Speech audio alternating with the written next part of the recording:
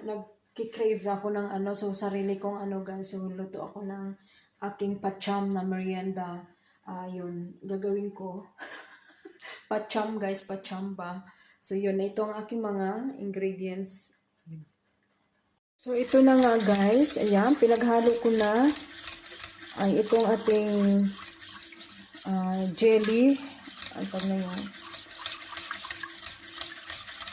manga flavor ang ginamit ko. So aking inano muna, tapos yung 3 eggs lang sinama ko sa saka 1 cup of cornstarch, saka 2 glass of fresh milk at 2 itlog. So yun na nga guys, inano ko muna dito. Yan. And 1 can of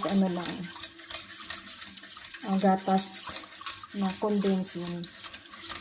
So yun guys, yan.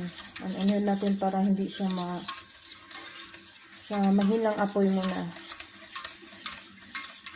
Para hindi siya dikit-dikit na din pa mamuumuo na siya.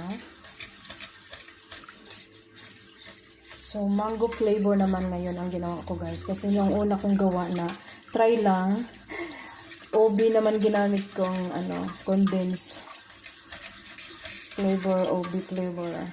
So yun na nga. So ito na guys.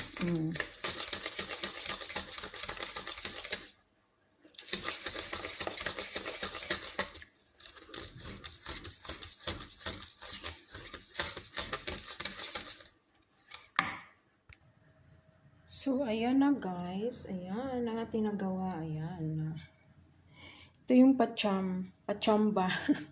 Hindi siya maha, hindi rin siya basta yun ang yung sweet lang siya na lagyan ko siya ng, yan, lagyan ko na siya ng cheese nila, yung mozzarella. Ayan.